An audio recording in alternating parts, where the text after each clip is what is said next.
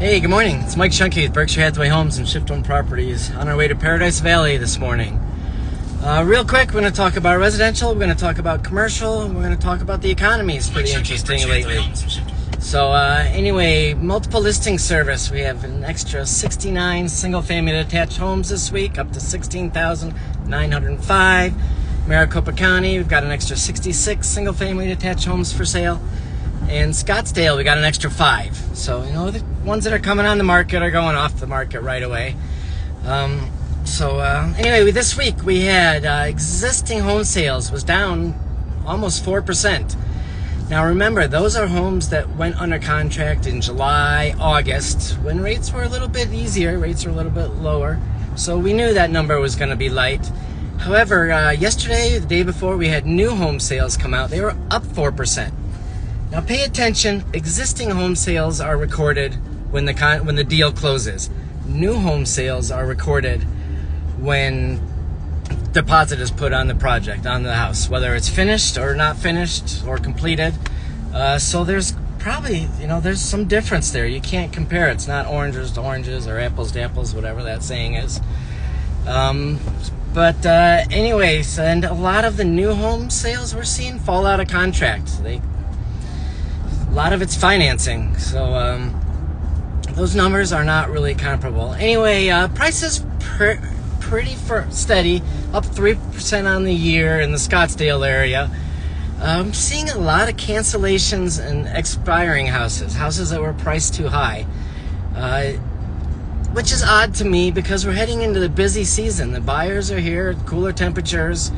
I don't know why you would cancel your listing, even if it is priced too high. There was a time when we needed that inventory and agents were taking on listings and they were just priced too high. So if it's been sitting too long, it's probably priced. Just adjust the price. No need to cancel it. We've got lots of tourists starting and snowbirds back in town wanting to do business. So still at 30% of purchases are cash.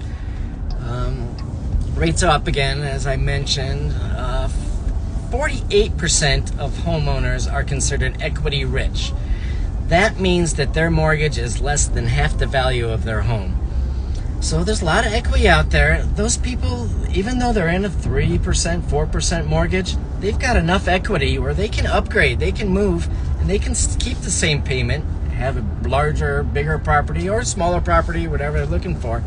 It's all, run the numbers and see what works for you. It doesn't necessarily mean you're stuck in that 3%. And the price you pay for a property, that never changes. It's what you buy, what you pay for an asset, that's what you paid. You can always move money around, whether it's stocks, bonds, housing, cars, whatever. You can always move money around and get your lower rates there, but the price you pay for the asset's the price you pay. That's there. Josh Brown, he's a funny guy. He's on CNBC a lot. He's a wealth manager. He says, buy your assets when others are not buying. So if we've got low sales, take it right here, okay, maybe it's a good time to buy. So it all depends on what you are looking for. Good time to buy, good time to sell. It really depends. I'm hearing a lot of people waiting for this election. I understand on the investment and the commercial side, let's see, what the taxes are going to be, things like that. But on the residential side, I don't understand that way of thought, waiting for the election. No matter who wins, I do have an opinion on that. We'll talk about that later maybe. But no matter who wins, life's going to go on. You just adapt and the world is not going to end no matter which side wins. So waiting for an election, it really never has affected the real estate market, but I'm hearing that a lot. So commercial's still slow, nationwide. It's slow. Coming back a little bit, Phoenix has some of the lowest vacancy rates in the country in all commercial asset classes. National average just under 20% vacancy. Phoenix is just under 18% vacancy. There's a lot of companies moving here. I saw Chicago, Seattle, they pretty much all stopped building commercial properties. Los Angeles, they're about even, same as last year. The cities like Phoenix, Seattle, Nashville, Dallas, Houston, not Seattle, no. Phoenix, Dallas, Houston, Nashville, where you're seeing the populations move to, they're building. They're building. You know, even though building costs are expensive. A lot of people are waiting for this wave of foreclosures on the commercial end. Moody's came out with a report. 48%, they surveyed 39 large banks. 48% of the commercial loans on those large banks have been refinanced. It's called extend and pretend. They basically, if you missed a payment, they're just tacking it on to the end and re-amortizing that loan. They're working. Like I've said in the past, banks don't want to hold the real estate, so I don't expect that wave of loan defaults, even on the commercial side. But you never know. We'll see what happens. Went to a commercial Scottsdale area commercial meeting. There was a couple multifamily developers, and they made a good point. Developing in the commercial side now is expensive. They were talking multifamily. They're building, it's costing about $300 to $350 a door on an apartment unit. So their costs have gone up, but not only their costs to build commercial properties have gone up, the red tape.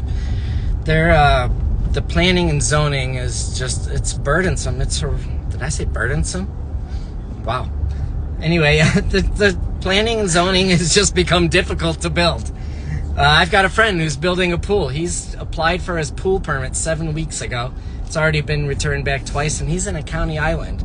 So, and we've really got to loosen up, make it easier for the developers. Cities don't have a lot of cash right now. They're asking developers to pay for the infrastructure and the products. So that also adds to a cost when you're building a commercial property. So it's gotten expensive. City of Phoenix, though, keep an eye on that northwest side. There's a $146 million grant they just released to work on that railroad transfer station up by Peoria. There's an airport going in up there. And they got another grant to redo the intersection of like I-60, Grand Avenue.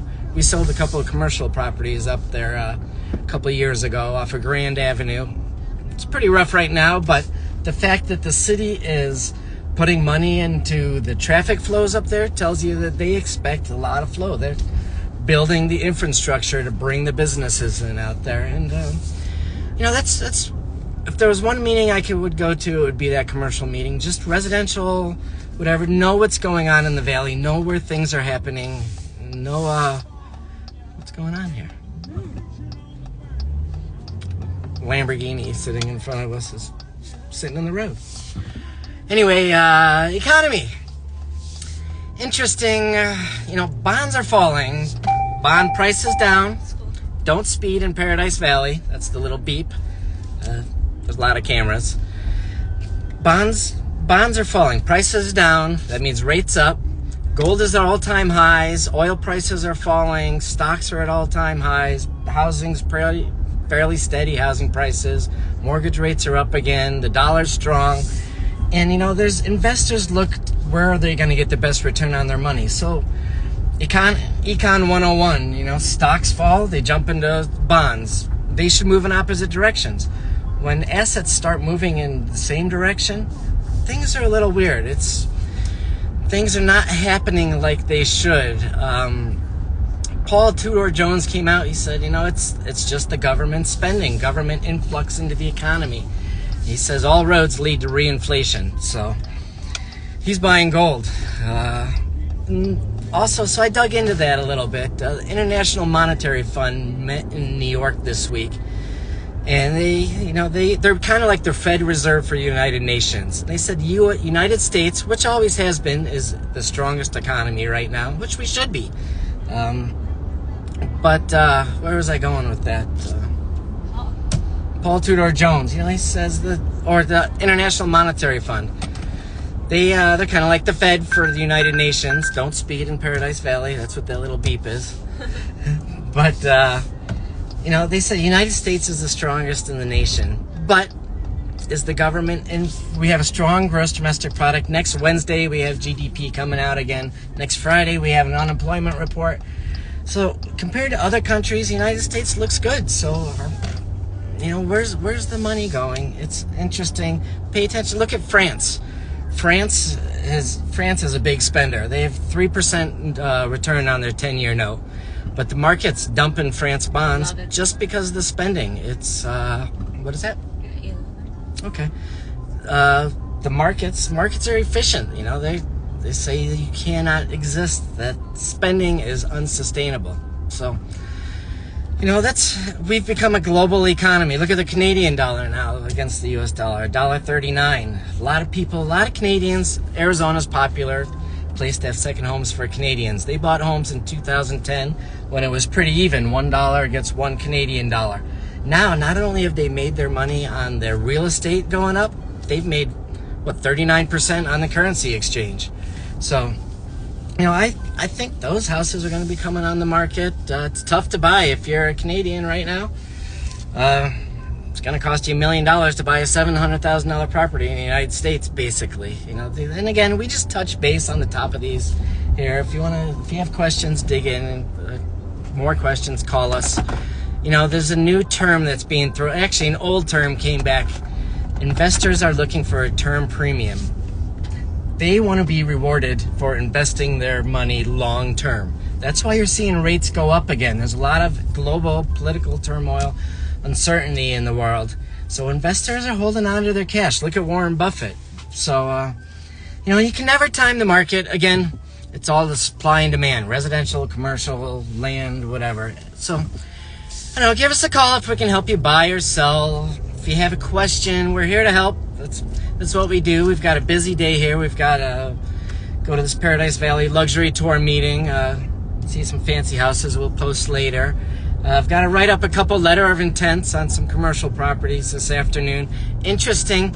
You know, we do a little bit of everything. And, you know, some coaches will tell you have to specialize in real estate.